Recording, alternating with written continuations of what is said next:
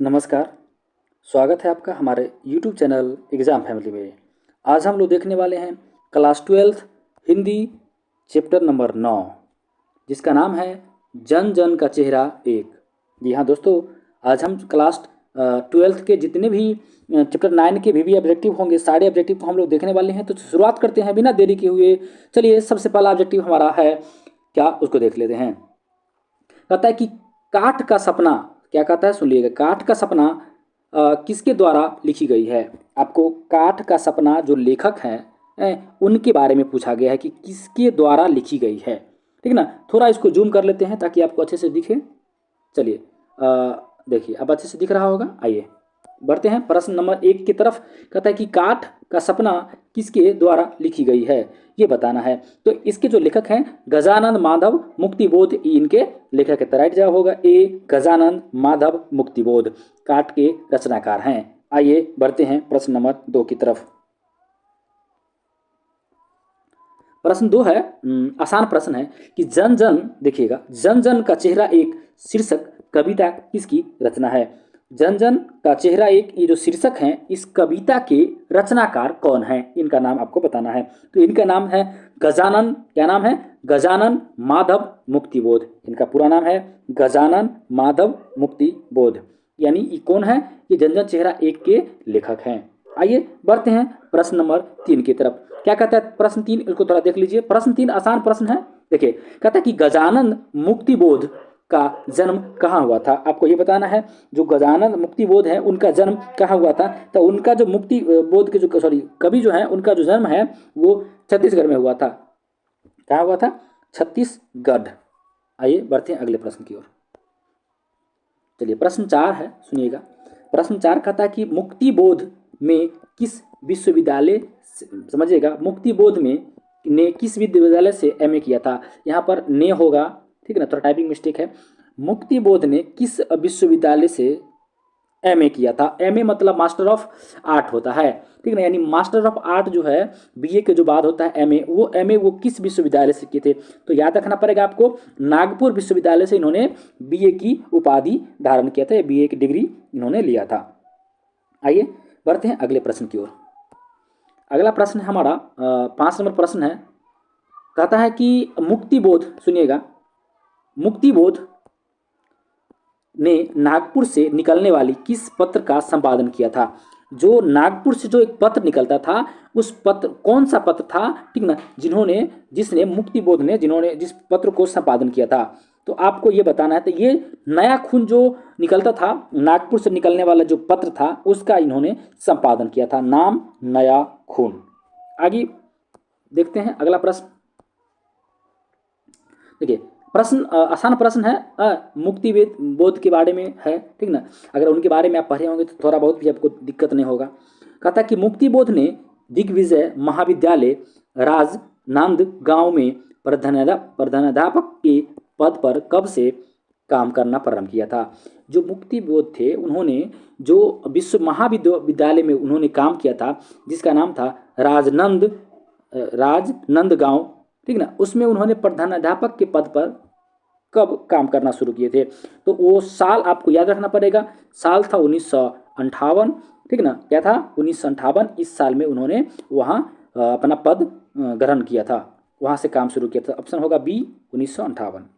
आइए बढ़ते हैं अगले प्रश्न की ओर।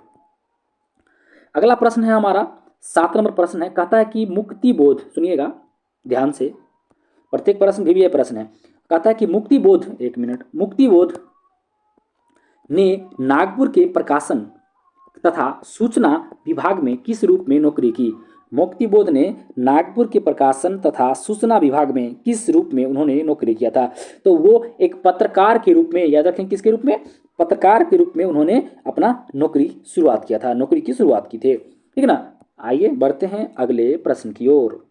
अगला प्रश्न ये रहा आपके स्क्रीन पर। देखिए, मुक्तिबोध निराला किस तरह के कवि हैं। मुक्तिबोध निराला जो थे वो किस तरह के कवि थे। तो मुक्तिबोध निराला जो थे वो क्रांतिकारी प्रवृत्ति के कवि थे, यानी क्रांतिकारी कवि थे। कौन, मुक्तिबोध निराला, ये क्रांतिकारी कवि थे। आइए अगले प्रश्न की ओर हम बढ़ते हैं। अगला प्रश्न हमारा आसान प्रश्न है, 9 नंबर प्रश्न है, थोड़ा जूम कर लेता हूँ। ओके, चलिए देखिएगा। कहता है कि मुक्तिबोध, एक मिनट, मुक्तिबोध के कविता संग्रह का क्या नाम है? मुक्तिबोध के कविता जो उन्होंने लिखा है उस कविता के जो संग्रह है, ठीक है, कलेक्शन जो इंग्लिश में बोलते हैं, कलेक्शन का क्या नाम है? तो उनके कलेक्शन का नाम है चांद का मुंह टेढ़ा। क्या नाम है? चांद का मुंह टेढ़ा। इनके कविताओं का संग्रह है कौन? चांद का मुंह टेढ़ा। चलिए आगे बढ़ते हैं अगले प्रश्न की ओर। चलिए अगला प्रश्न क्या कह रहा है? 10 नंबर प्रश्न है, आसान प्रश्न है, ठीक ना। देखिए कहता है कि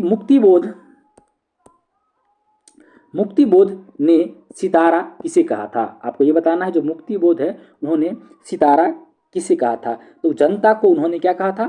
सितारा। जो लेखक हैं, ठीक ना, मुक्तिबोध, उन्होंने सितारा से संबोधित किसे किया था? तो उन्होंने जनता को सितारा से संबोधित किया था। तो राइट जवाब होगा बी, जनता। आइए बढ़ते हैं अगले प्रश्न की ओर। प्रश्न 11 है, आसान प्रश्न है। क्या? मुक्तिबोध के अनुसार ज्वाला कहाँ से उठती है? आपको ये बताना है मुक्तिबोध के अनुसार कि ज्वाला जो है वो कहाँ से उठती है। तो ज्वाला जनता से उठती है। कहाँ? जनता में ज्वाला की भावना उत्पन्न होती है, अर्थात इसका राइट जवाब होगा जनता। आइए बढ़ते हैं अगले प्रश्न की ओर।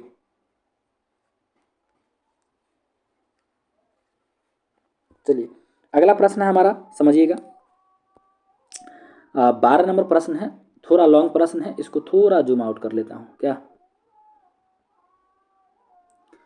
चलिए बढ़ते हैं प्रश्न नंबर 12 की तरफ। कहता है कि अज्ञे, एक मिनट, 12 नंबर प्रश्न में कह रहा है कि अज्ञे द्वारा संपादित तार सप्तक, याद रखना पड़ेगा क्या?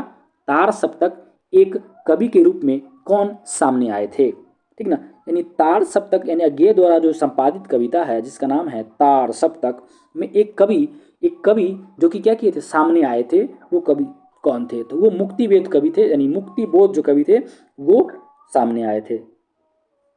चलिए अगले प्रश्न की ओर रुख करते हैं। प्रश्न है 13। क्या? प्रश्न 13, 13वां प्रश्न क्या कह रहा है, समझेंगे। कह रहा है कि कौन सी कृति मुक्तिबोध की नहीं है? आपको ये बताना है जो मुक्तिबोध की जो कृति है वो कौन सी नहीं है। तो ये बिखरे मोती इनकी कृति नहीं है, अर्थात मुक्तिबोध के द्वारा ये कृति जो है, यानी जिसका नाम है बिखरे मोती, ये इनके द्वारा लिखी गई नहीं है। ठीक ना, राइट जवाब होगा बिखरे मोती। आइए बढ़ते हैं अगले प्रश्न की ओर। 14 नंबर प्रश्न क्या कह रहा है, समझेंगे। 14 नंबर प्रश्न कौन सी कृति, यानी कृषि नहीं होगा, यहाँ कृति होगा, ठीक। कौन सी कृति मुक्तिबोध की नहीं है? आपको 4 ऑप्शन दिया गया है। इस ऑप्शन में आपको ये बताना है कि चारों में से कौन सी कृति जो है ये मुक्तिबोध की नहीं है। तो चंद्रगुप्त जो है ये मुक्तिबोध जी की नहीं है, इसलिए इसका राइट जवाब होगा बी, चंद्रगुप्त। पढ़िए प्रश्न नंबर 15 की तरफ। चलिए प्रश्न 15 क्या कह रहा है, समझेंगे। आसान प्रश्न है। कह रहा है कि कौन सी रचना मुक्तिबोध की है। आपको इससे पहले पूछ रहा था कि कौन सी नहीं है, लेकिन अब पूछ रहा है क्या, कौन सी है। आपको ये बताना है कि 4 ऑप्शन में, जैसे कि सूरसागर क्या मुक्तिबोध की है, विनय पत्रिका, कामायनी, एक पूर्ण विचार या मुकुल, ये 4 में से कौन सी कविता जो है, ये रचना जो है वो मुक्तिबोध की है। तो याद रखेंगे मुकुल जो है ये मुक्तिबोध की रचना है। क्या? मुकुल। अगला प्रश्न। चलिए अगला प्रश्न है, आसान प्रश्न है, थोड़ा लॉन्ग प्रश्न है, इसको थोड़ा जूम कर लेते हैं। चलिए 16 नंबर प्रश्न है। कह रहा है कि एक साहित्य की शायरी, क्या? एक साहित्य की शायरी किसकी रचना है? एक साहित्य की जो शायरी है वो किसकी रचना है? तो ये मुक्तिबोध जी की रचना है, एक साहित्य की शायरी। याद रखेंगे एक साहित्य की शायरी जो रचना है वो मुक्तिबोध जी की है। बढ़ते हैं हम अगले प्रश्न की तरफ। 17 नंबर प्रश्न कह रहा है मुक्तिबोध के पिता का क्या नाम था? आपको ये बताना है जो मुक्तिबोध के जो पिता थे उनका नाम क्या था। तो उनका नाम था माधवराज मुक्तिबोध, ये उनका नाम था। क्या नाम था? माधवराव मुक्तिबोध। सी होगा इसका सही आंसर, माधवराव मुक्तिबोध। बढ़िए अगले प्रश्न की तरफ। अगला प्रश्न है हमारा, समझेंगे। 17 के बाद 18वां प्रश्न होगा।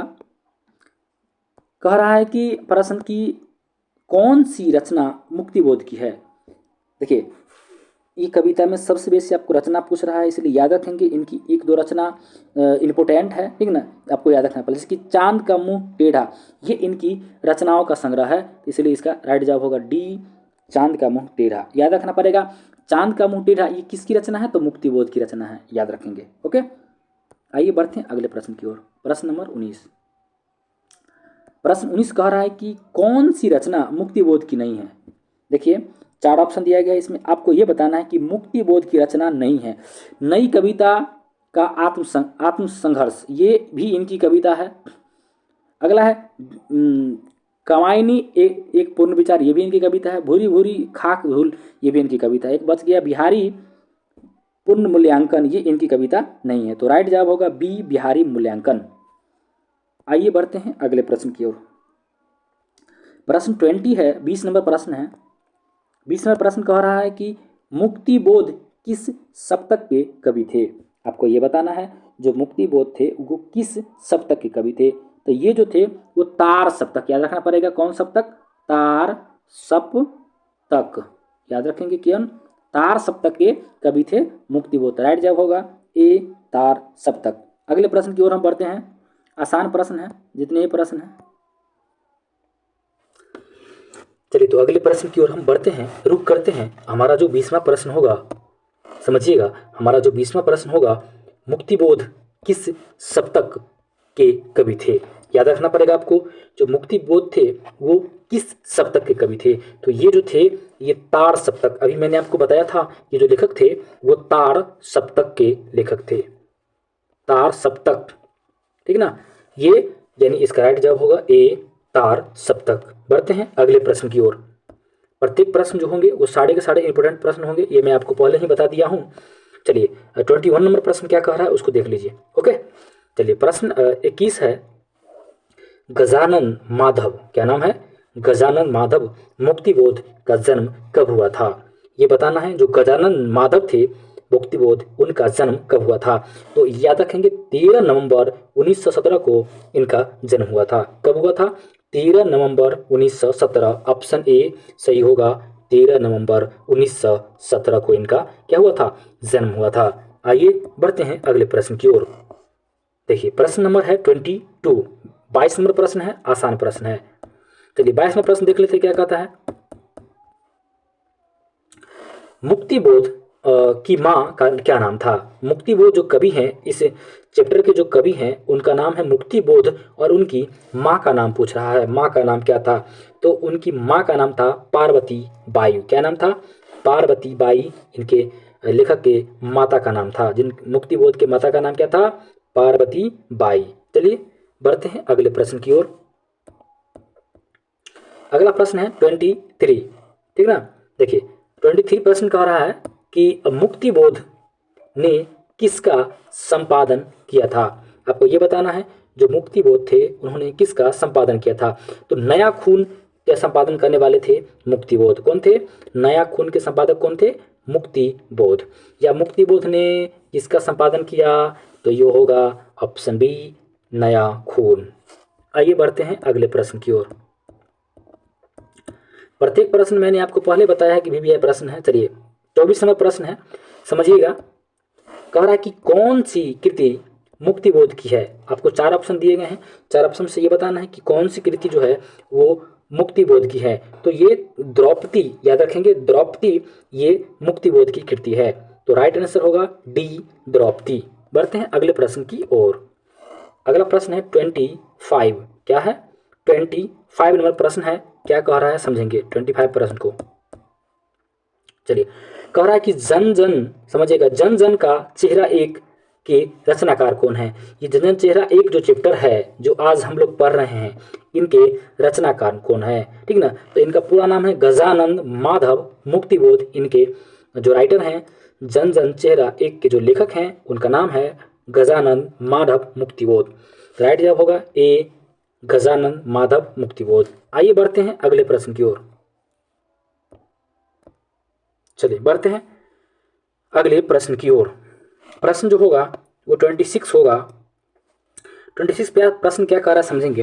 कह रहा है कि मुक्तिबोध की कविता है। आपको ये बताना है जो मुक्तिबोध की कविता है वो कौन सी कविता है। तो जन जन का चेहरा एक ये मुक्तिबोध की कविता है, इसलिए राइट जवाब होगा बी, जन जन का चेहरा एक। याद आपको क्या रखना है कि मुक्तिबोध जो कविता है, सॉरी मुक्तिबोध जो लेखक हैं उनके जो कविता है उनका नाम है जन जन का चेहरा एक। आइए आपको मुलाकात कराते हैं एक और प्रश्न से।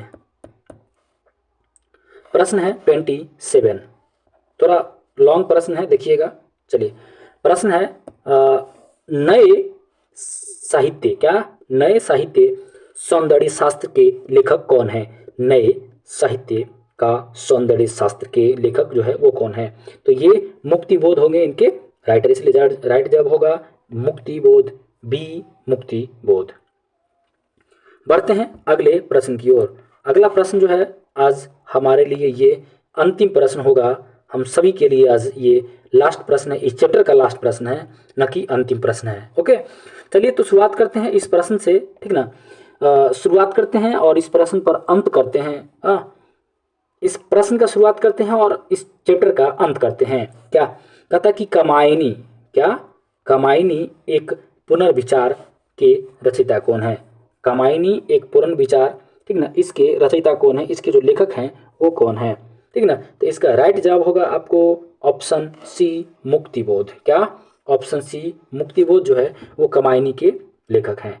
अतः आपने 28 प्रश्नों को देखा जो कि आपको एग्जाम के दृष्टिकोण से प्रत्येक प्रश्न भी आए थे। मैंने 28 प्रश्नों को लिया, जितने भी हिंदी के इस चैप्टर से प्रश्न था वो प्रत्येक प्रश्न को मैंने छांट करके लिया ताकि आपको एग्जाम में कहीं से भी कोई प्रॉब्लम ना हो। चलिए तो फिर मिलेंगे हम एक और नए वीडियो के साथ। दीजिए मुझे इजाज़त, फिर मिलते हैं एक और वीडियो के साथ। धन्यवाद।